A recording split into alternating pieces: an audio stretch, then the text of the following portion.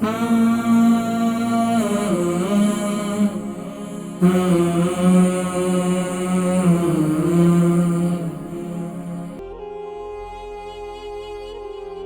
बहन थी, उनकी वालदा साहबा है नसीम, उनकी उम्र 72 है और 11 स्टोन का वजन है। जून में कहते हैं कि उनको तकरीबन ये है कि यानी कि मसाने में उनकी पथरी है और बता रहे हैं पता नहीं जून में क्या हुआ था, मैं उस बात को सही समझ नहीं सका। बहरहाल शुगर और कोलेस्ट्रॉल के हवाले से, शुगर भी है इनको, कोलेस्ट्रॉल भी है, लेकिन मसाने में इस वक्त पथरी है और पथरी पहले खत्म हो गई थी लेकिन अब दोबारा पैदा हो गई। तो देखें इसके लिए खास तौर पर क्या करें, सुबह नहार मुंह हल्दी वाला पानी बना लें, फ्रेश हल्दी का पानी बना लें।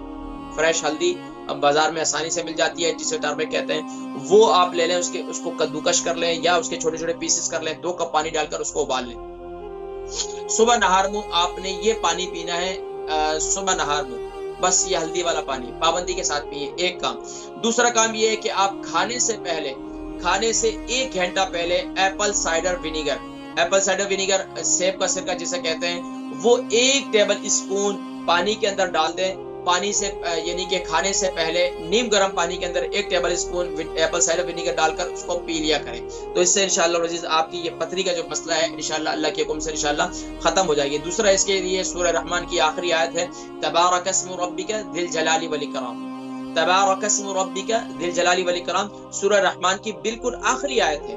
ये आया मुबारका जो है अव्वल आखिर दुरूद शरीफ के साथ 41 टाइम पढ़कर पानी पे दम करके, या सुबह हल्दी वाला पानी पीते हैं उस पर भी दम कर लें, या पानी पर दम करके सुबह भी दम करें और शाम को भी दम करें, और इसी पानी को गर्म करके इसी के अंदर जो है आप हल्दी वाला पानी भी बना लिया करें और इसी हल्दी का कावक बना लिया करें, और इसी तरीके से आप यानी कि एप्पल साइडर विनीगर वाला पानी भी इसके साथ पी लिया करें। और ये अगर आप एप्पल साइडर विनीगर वाला जो पानी है ये दोपहर को भी खाने से पहले पी लें और रात को सोने से पहले भी पी लें।